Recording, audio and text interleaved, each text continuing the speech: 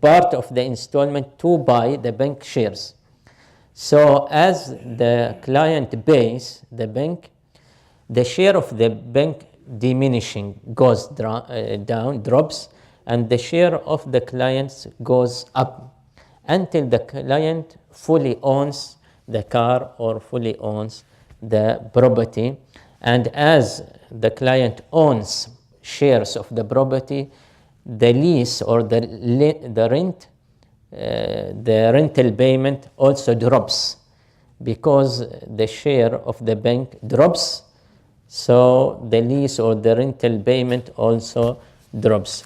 So during that period, if something happens to that property or to that car, the bank also takes a risk, and the bank takes responsibility at least about his share of that property.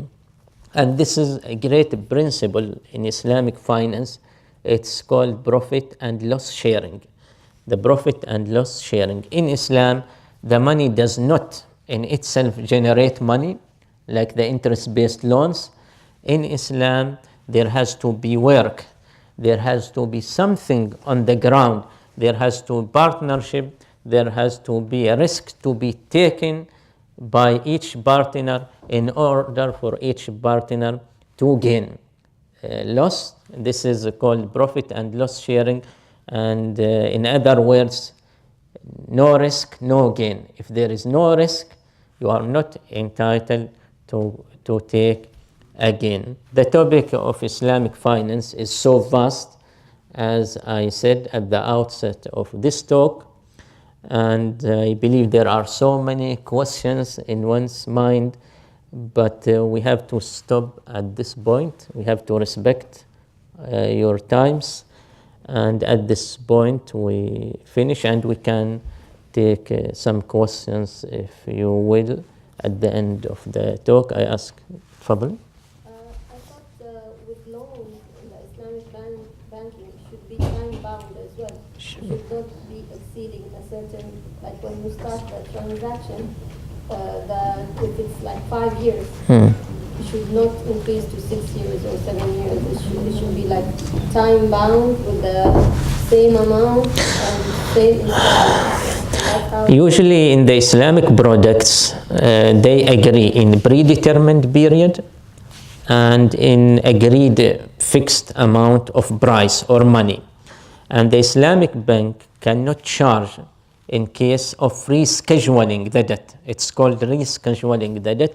Cannot, if there is difficulty with the client to pay within the schedule, the debt, the schedule for that debt, and they had to reschedule the debt, the Islamic bank cannot take charge or increase its profit when they reschedule the debt instead of 5 years to 7 years or 10 years, for example.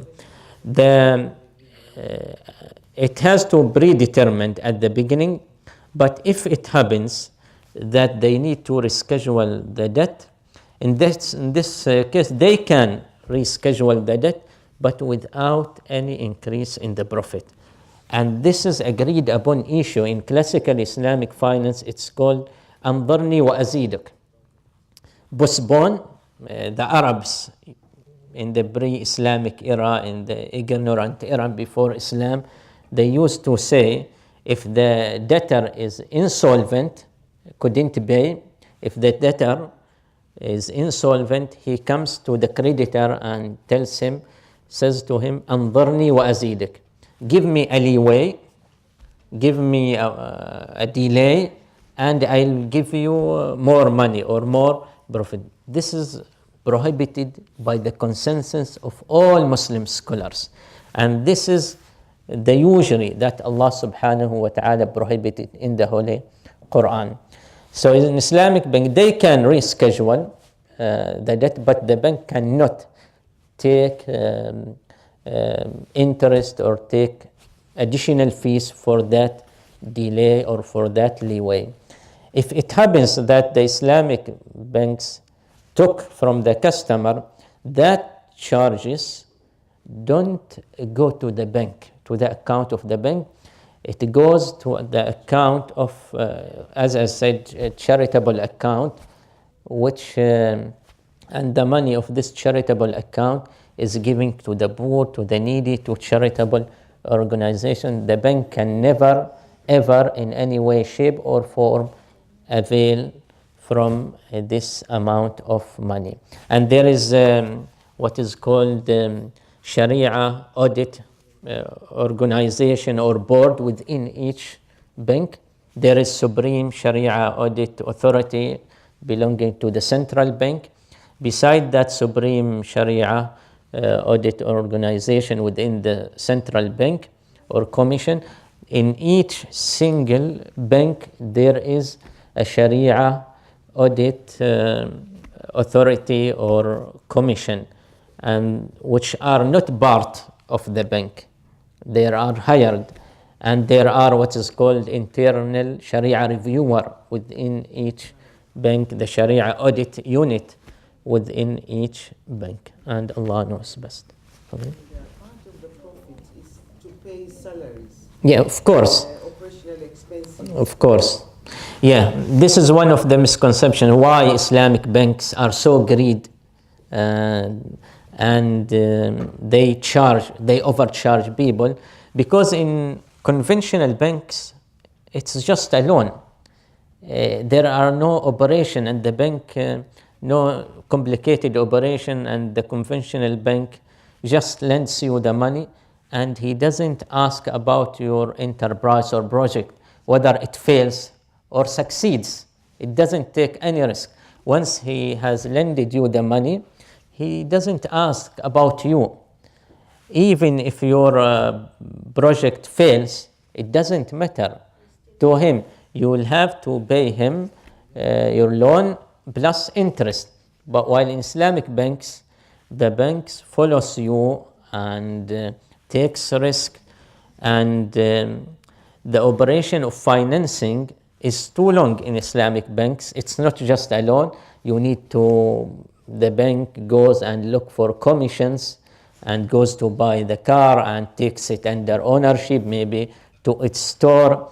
Then the customer comes again and resell it to you. So it's long process. It's more complicated than the financial or the conventional banks. And this is part why they charge more. Maybe they charge more, I'm not sure. I'm not part of any Islamic banks. So, but people say, many people say they charge more, which is doubtful. I'm doubting that, because Islamic bank is transparent from the beginning. This is what we give you, and this is what you pay at the end. Even if you are late in payment, we will not charge you. So they give you what the overall payment at the end, and that's why many people, they're quite shocked. Why in conventional banks they're not explicit. They have what is called compound interest, and they have hidden interests, a delay of payment. Sometimes one of their trick, they say, out of our generosity we will postpone the payment, the installment for Eid or for school season or for whatever. But once they delay the payment, they charge you interest for that delay. So conventional banks have their own ways and tricks to charge you later on. So I don't believe Islamic banks charge more compared to what they provide. Allah knows best. To summarize, as according to the lesson, that we should avoid taking loan unnecessarily. Of course. This is the Islamic, Yeah. what Allah wants from us. Yeah. As I said, as we introduced, as you said now, in general, we should avoid taking loans, even from your brother, even from your sister, even if it is a fully interest-free loan. Unless you have dire necessity where you cannot avoid taking it.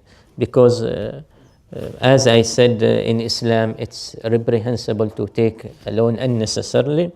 And the martyr is forgiven. All of the martyr sin are forgiven except the debt, as the Prophet, peace be upon him, said. Even the Prophet we mentioned, peace be upon him, refrained from praying over the deceased who had a debt in his lifetime.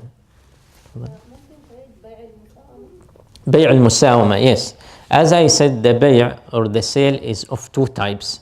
مساومة in Arabic, to argue with the seller, the buyer and the seller argues about the price of a product. This is مساومة.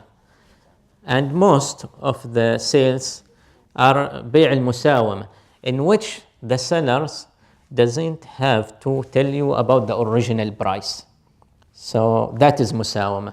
And if he has to tell you the original price and the added profit, this is called بيع المرابحة. So المساومة, in بيع المساومة, the seller doesn't have to tell you the original price, how much it did cost him. So it is what you agree. But I'm sure there's a limit of charging the profit. Well, you are taking us into detailed issues. I would rather prefer to postpone this to our next lesson to make you eager and keen to attend. I think for our level of audience, it's good to say that the loan, to take a loan, that it should be really a grave need that you need, maybe correct. sick or something. Correct. Just, for this livelihood to make. Yeah, correct. Yeah, and Allah subhanahu wa ta'ala will bless your money without your loans, I believe. Okay, at the end of this talk, I ask Allah subhanahu wa ta'ala, the session has been of great benefit to you all, and we might pursue this path on elaborating on some Islamic products and some even classical Islamic financial deals. إن شاء الله تعالى إنه ولي ذلك والقادر عليه. سبحانك اللهم وبحمدك نشهد أن لا إله إلا أنت نستغفرك ونتوب إليك. سبحان ربك رب العزة عما يصفون وسلام على المرسلين والحمد لله رب العالمين. شكرا والسلام عليكم.